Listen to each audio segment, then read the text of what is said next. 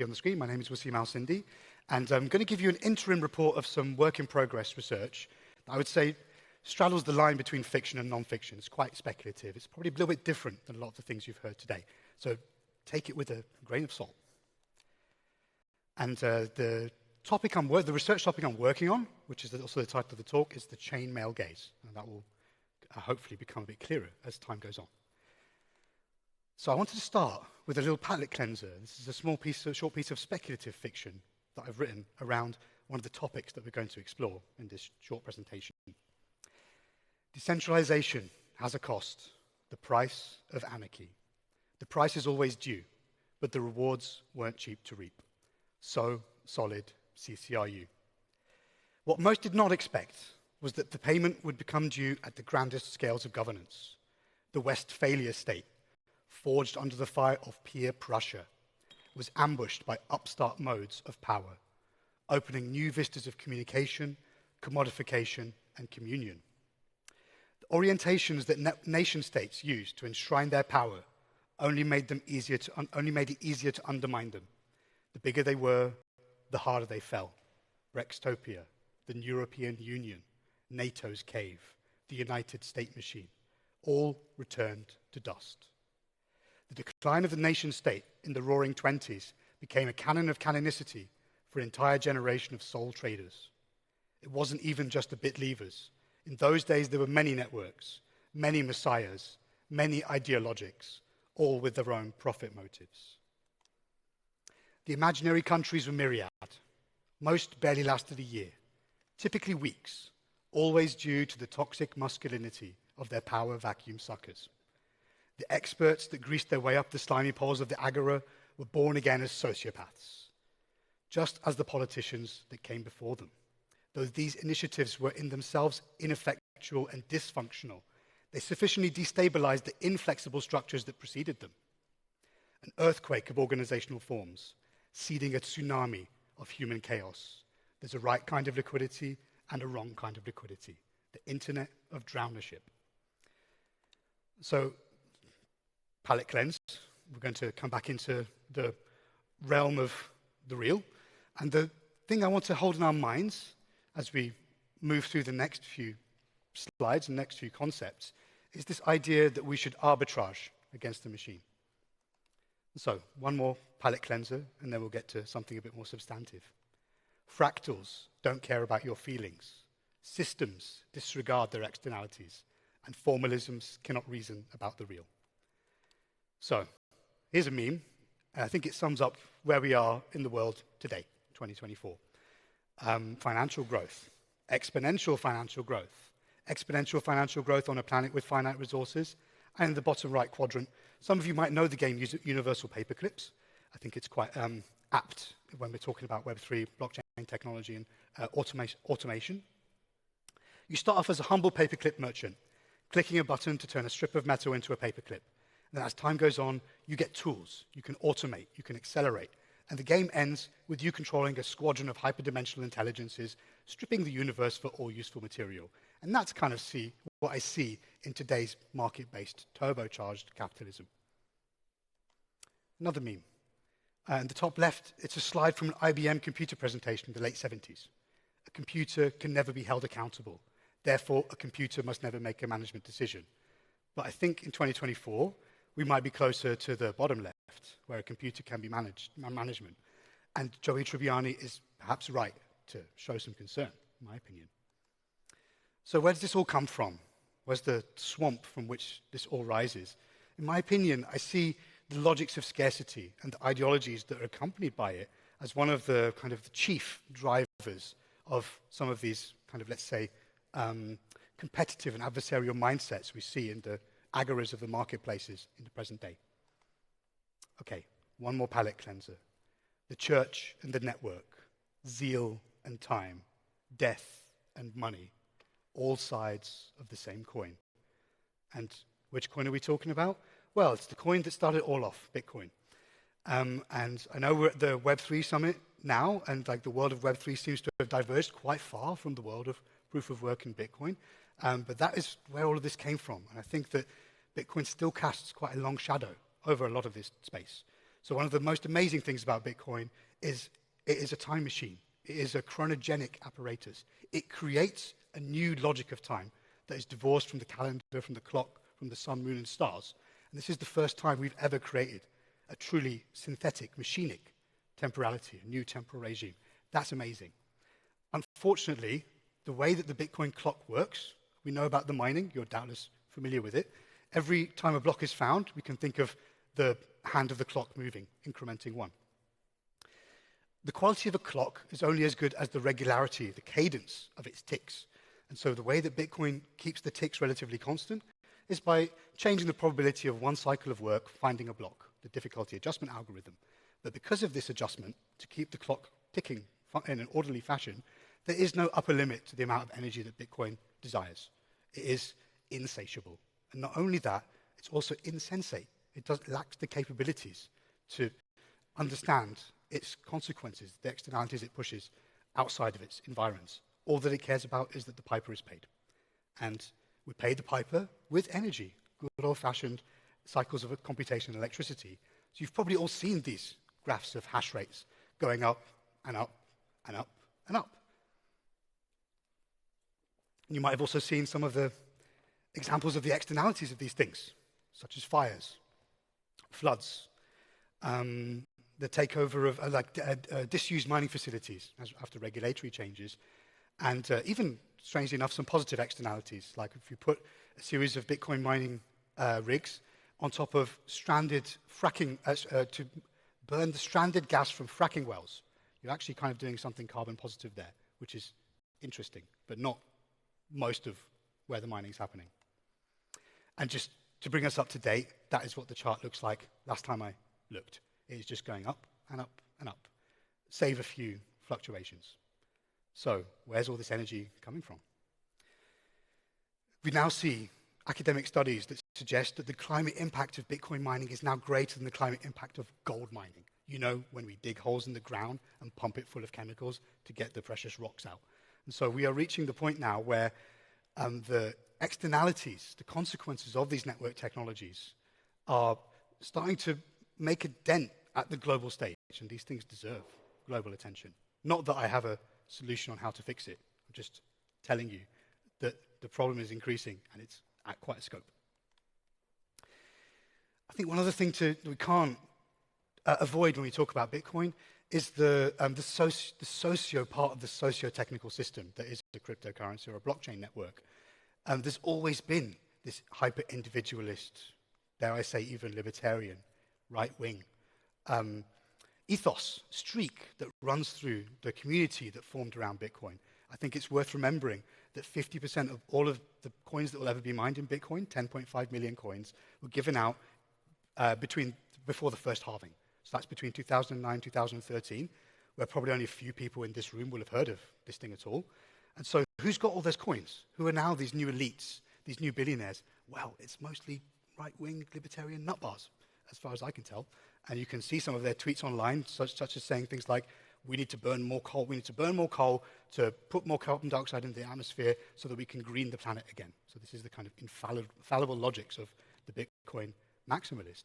And all of this carries echoes of a concept which I find very useful, both in this context and other ones, and that is Kara Daggett's concept of petro-masculinity. I'm going to read you a little quote.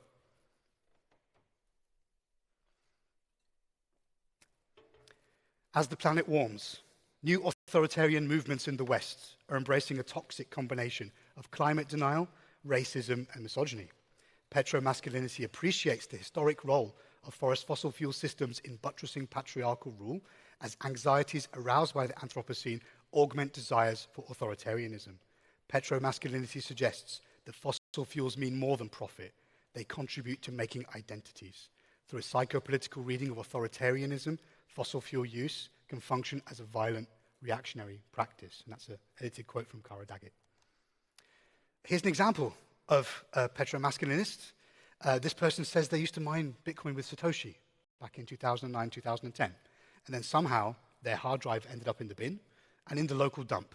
And this person has spent probably about a decade by now trying to persuade the municipality of a poor part of the UK to dig up the dump so they can find their hard disk and question mark profit. So this person, purely motivated by their incentives, enrichment, is okay with causing an ecological disaster in this poor part of the post-industrial UK. So there's a great example for you. I also see it in the way that the Bitcoiners represent themselves. So this is a poster from a Bitcoin conference in Malta in 2019. And I'll just tell you that in another universe, I might have been on this poster because I applied to speak at this conference back in my Bitcoin days.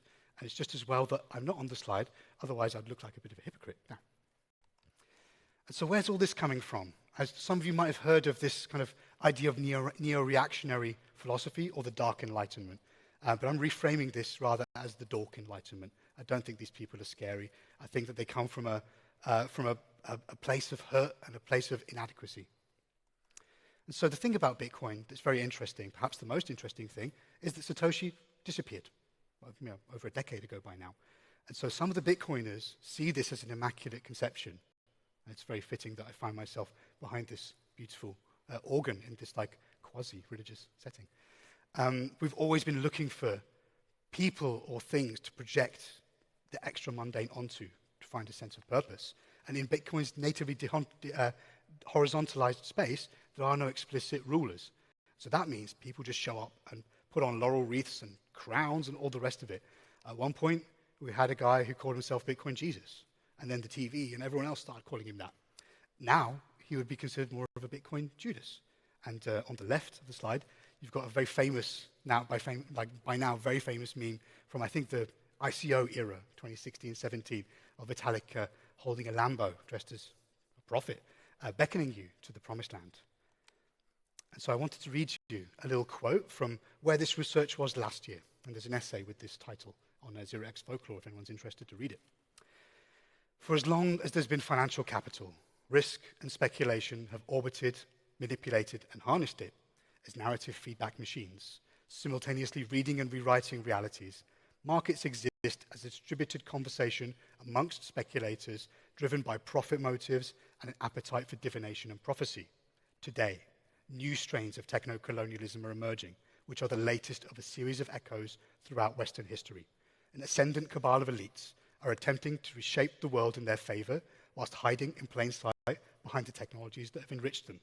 Theirs is a Promethean zealotry without faith, affecting an aura of divine sanction for the purposes of elevating the ego, enriching the chosen ones, and creating empires of varying stripes. But was it not always so? And so what's the job of the prophet, if not to lead the faithful to the promised land? But because the nation-state, the Westphalian nation-state system mandates exclusive sovereignty over a contiguous territory, there's not much room left on this planet in reality. And so people, enterprising would-be imperialists, have been looking for new horizons. They might be in the sea, such as Sealand and the seasteading projects of the last few years. They might be in the metaverse. They might even be in places where nation-states daren't reach. And so the example on the picture on the top left is from Liberland, which is a piece of swamp between Serbia and Croatia, which, based on the terms of peace treaty, neither country can occupy lest it triggers another war. So some enterprising Bitcoiner showed up and put his flag in it, and that is Liberland now. And he can't actually live there, but it does seem he has some kind of claim, if not a claim of presence. They make a claim in terms of other forms of legitimacy. And here's some pictures of the metaverse headquarters of Liberland, designed by the same famous Zaha Hadid architects. So we're looking for new frontiers.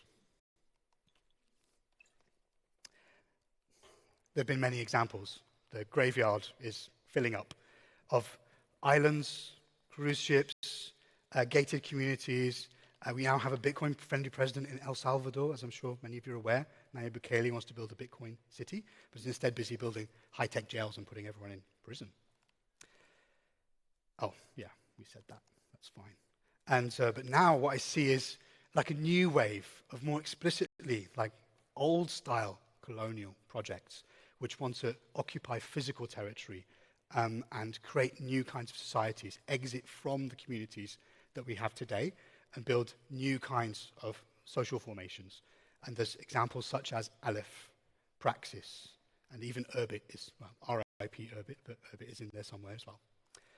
I want to just say something a bit more about Praxis on the left and Prospera on the right, because these projects are actually quite far advanced, both in terms of mind share, but also in terms of capital. So Praxis is backed by Pronomos, which is Patry Friedman from the seasteading days, and Teal is also somewhere in the background. And Prospera is they already have a city on the Honduran island of Roatan, where with the previous administration, they managed to garner some large exceptions to the rules of Honduras, and they're now attempting to be walked back by the new government, and there are enormous lawsuits going through international trade organizations right now on that one. And, the title of the talk is The Chainmail Gaze, which I still haven't got to why that is, but I kind of think that the people from Praxis are trolling me, because they posted less than a week ago this picture of the Praxis chainmail, which is never sold, only bestowed. So maybe that could be yours one day.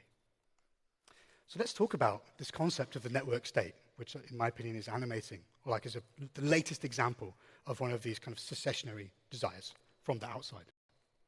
This is a quote from Balaji Srinivasan's book, The Network State, with a pretty succinct description.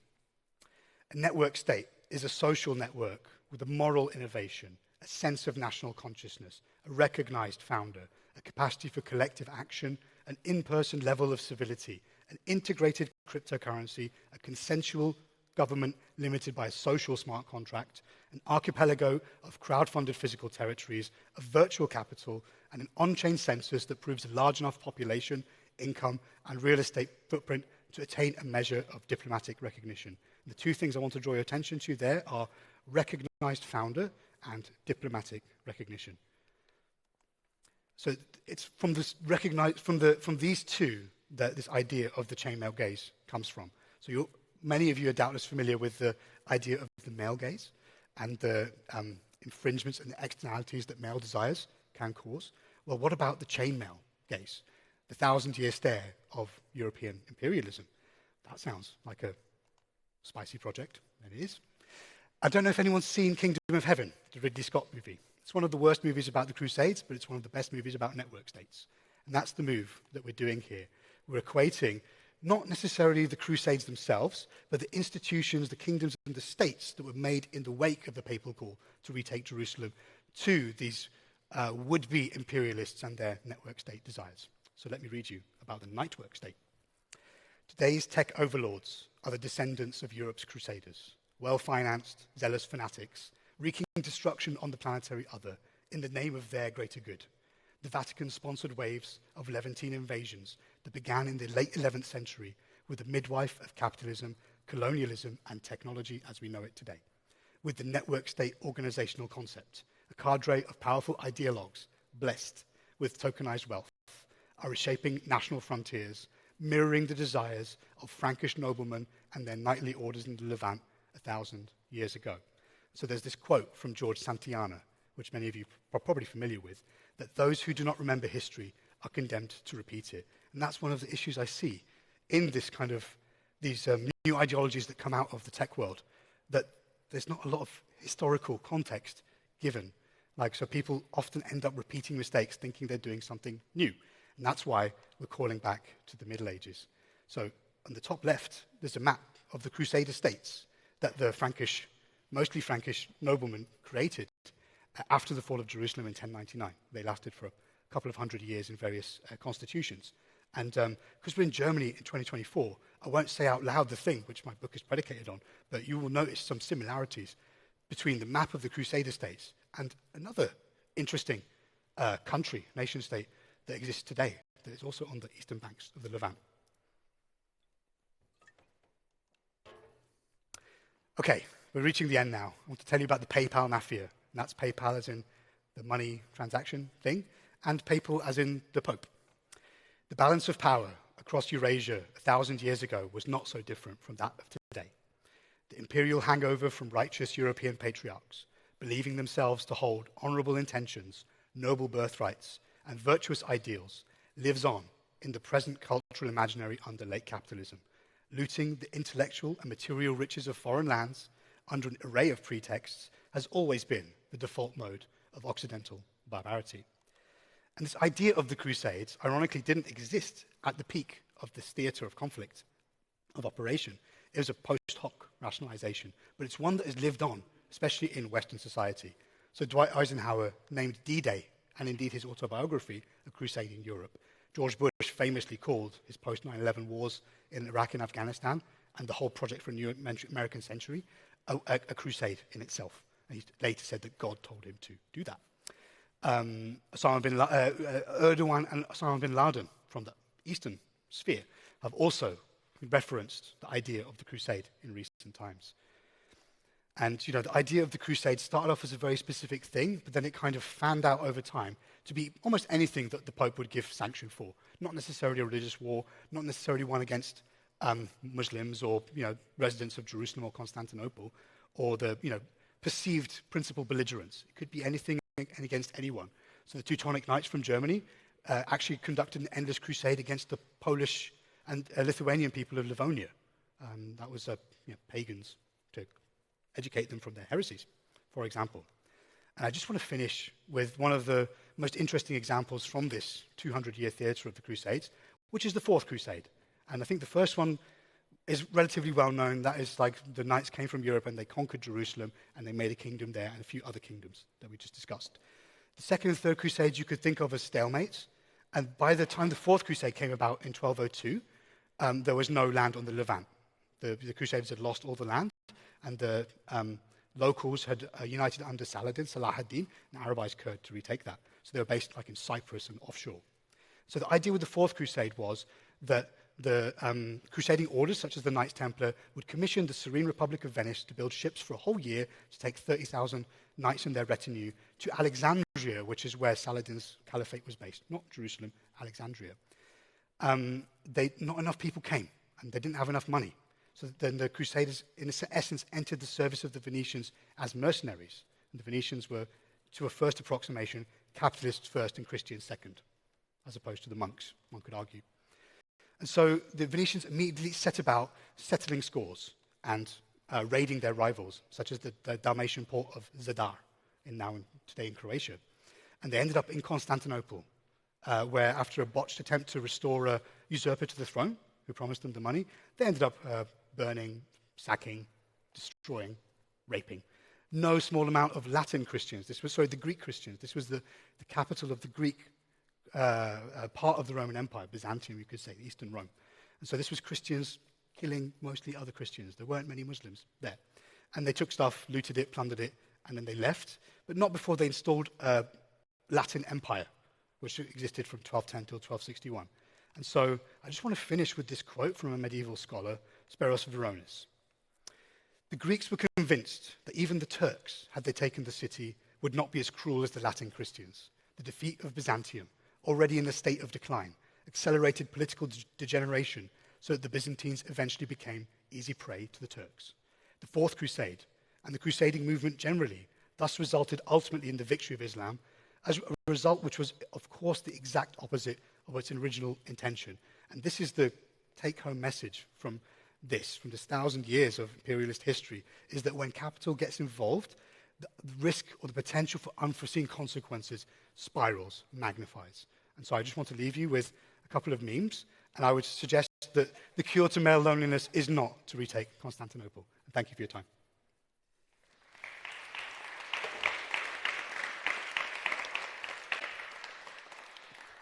All right. Thank you so much.